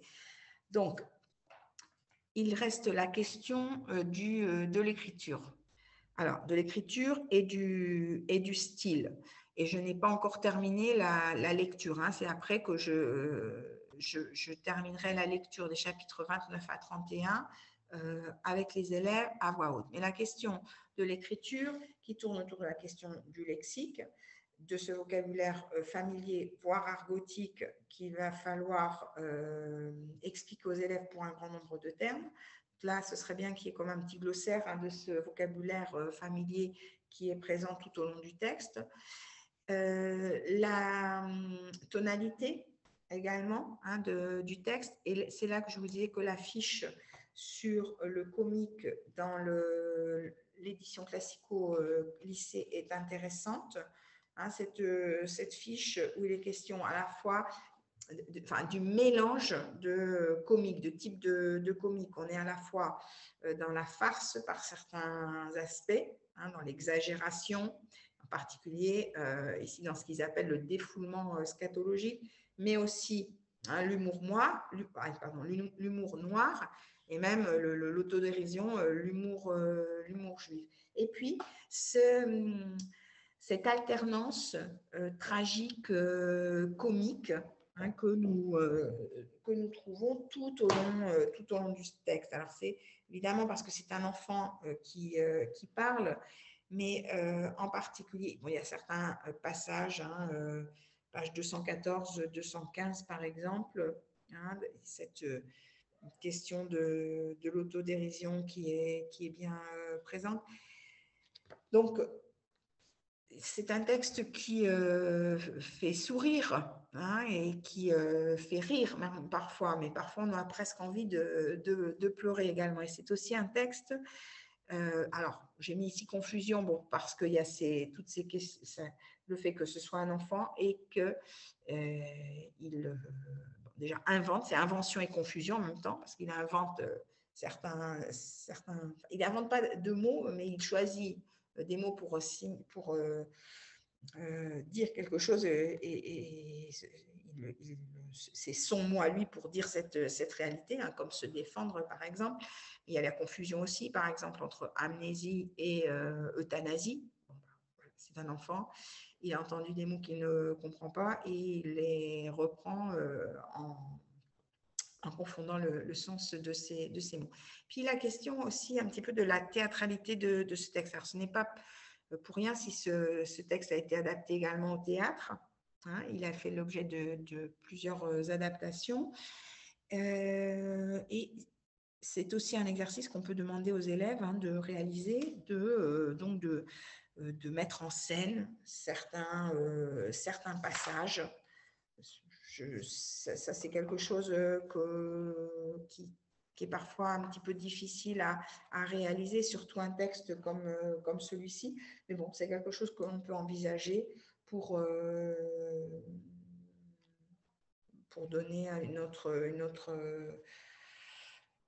autre activité et pour pouvoir travailler le texte. D'autres éléments que l'on peut faire aussi pour justement travailler sur l'écriture, c'est de demander aux élèves d'écrire également certains passages, de réécrire certains passages en changeant de perspective et en changeant de narrateur, par exemple, parce que là, nous avons le narrateur qui est donc Momo, mais de demander aux élèves aussi de réécrire certains passages en prenant le point de vue de Madame Rosa, par exemple. Hein, ça peut être intéressant. Et tout ça peut donner lieu à des commentaires sur le journal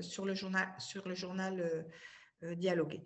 Donc voilà, je ne suis pas entrée vraiment dans les détails pour certains éléments que j'ai choisi de commenter parce que nous le ferons dans la dernière séance. Nous aurons l'occasion de le faire davantage dans la dernière séance. Mais bon, voilà, un petit peu pour survoler cette œuvre qui est dense et dont on ressort un peu étourdi et qui est difficile. Et j'espère que nous allons pouvoir faire comprendre toutes les nuances du texte à nos élèves. Et c'est pas gagné, hein, parce que c'est quand même bien compliqué. J'espère qu'en leur donnant un grand nombre d'outils, on va pouvoir, et de connaissances, et en remettant ce texte dans son contexte, et nous allons pouvoir leur faire apprécier cette lecture et ils vont vraiment prendre plaisir à le lire. Alors, c'est très important de bien les suivre au fur et à mesure de la lecture pour ne pas les perdre, hein, et de revenir sans cesse dans le texte, de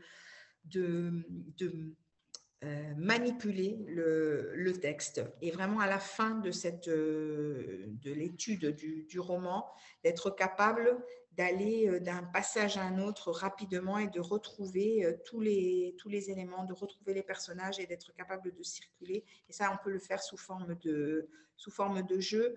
J'aurais demandé aux élèves de mettre des titres au chapitre. Donc, on peut, par exemple, choisir de mettre ces titres dans le désordre, alors pas les 31, bien entendu, hein, mais pour ensuite reconstituer l'ordre, de choisir aussi des passages et de les remettre dans l'ordre. Enfin, bon, il y a un tas d'exercices qui sont praticables. Voilà, donc, je vais cesser de partager mon écran pour vous retrouver. Alors, je ne sais pas si vous avez des questions. Il nous reste peu de temps, mais si vous avez des questions, j'y répondrai avec plaisir. Et si vous avez des réponses aussi à apporter, bien entendu.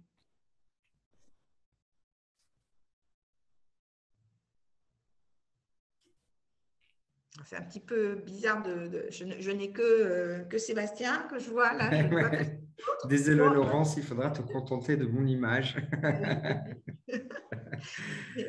C'est vrai que c'est bien pratique à distance, ouais. Mais bon, on est d'accord. On ne peut pas tout avoir. Ça implique, c'est pas aussi fluide après du point de vue des échanges avec les collègues, hein. Les collègues, c'est certain, mais n'hésitez pas, bien évidemment, vous êtes toujours tous connectés, donc vous l'avez entendu en début de session, bien évidemment, Laurence partagera les documents, sa présentation, nous la vidéo, mais n'hésitez pas d'ici là, si vous avez quelques questions avant de vous déconnecter, questions auxquelles, bien sûr, Laurence et Marion pourront aussi répondre en fin de session. Peut-être que là, voilà, vous aurez digéré davantage les éléments qui ont été présentés. Les questions peuvent venir ensuite. Hein.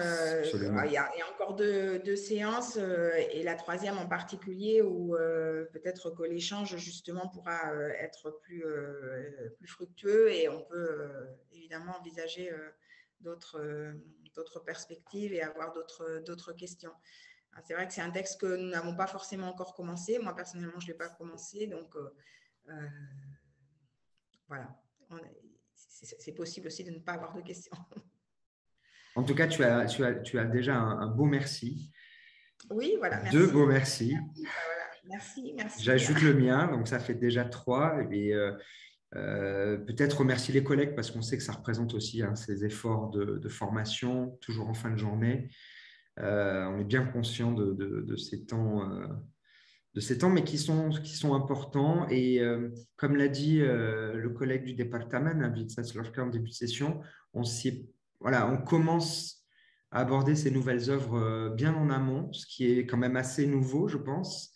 L'idée, c'est de pouvoir voilà, distiller votre future programmation de séquences en amont et bien évidemment d'imaginer peut-être une session d'approfondissement en début d'année scolaire prochaine. Je pense que nous avons une question qui est tombée, je regarde. Le matériel sera-t-il disponible sur Odyssea? Alors ça, on vous confirmera. En tout cas, il sera disponible sur le site internet de l'Institut français d'Espagne. À la dernière séance, je vous rappellerai le lien dans le chat. Mais effectivement, on pourra en discuter avec les collègues du département. Je suis quasiment certain qu'ils seront prêts à le diffuser aussi via Odyssea. En tout cas, vous tiendrez informé. Oui, oui, tout à fait. Et après, de toute façon, vous avez aussi mon adresse mail. Donc, moi, je vous réponds à toutes les questions que vous pouvez avoir. Et j'accepte également toutes les collaborations qui peuvent venir aussi de l'extérieur, parce que c'est ça aussi, la formation, c'est de pouvoir échanger et apporter chacun un petit peu sa perspective et travailler le mieux possible avec les élèves. Parce que tout ça, c'est pour les élèves finalement. Absolument, Laurence, et je le dis pour les collègues qui commencent à nous quitter, allez-y, bien évidemment. C'est l'heure.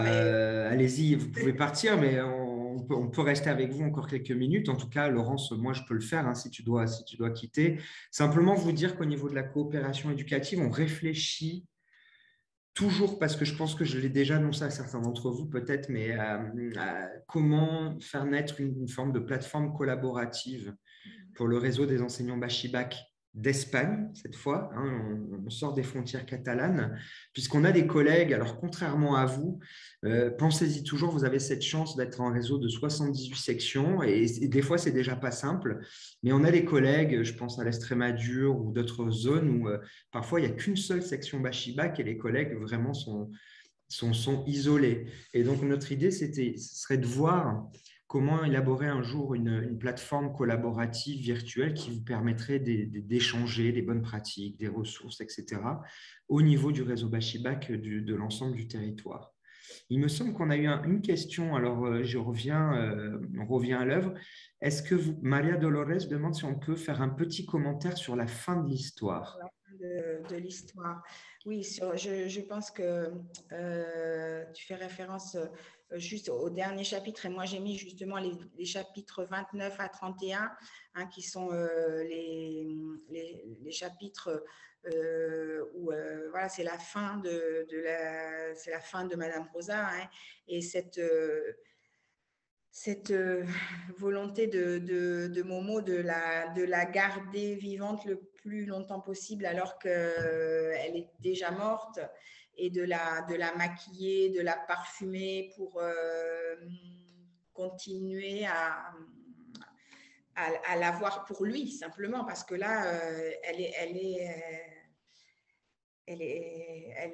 n'existe plus que pour lui. Et donc, et puis cette dégradation du corps de Madame Rosa, il y a quand même, c'est surtout ça, c'est tout à la fin. Et puis, c'est vrai qu'il ne faut pas oublier de commenter la dernière proposition. Il faut aimer, que cette histoire se termine justement sur cet amour, cette amitié, qui est nécessaire à sa vie et qui est nécessaire à la vie. Mais on reviendra sur la fin de l'histoire dans des sujets de décès, justement.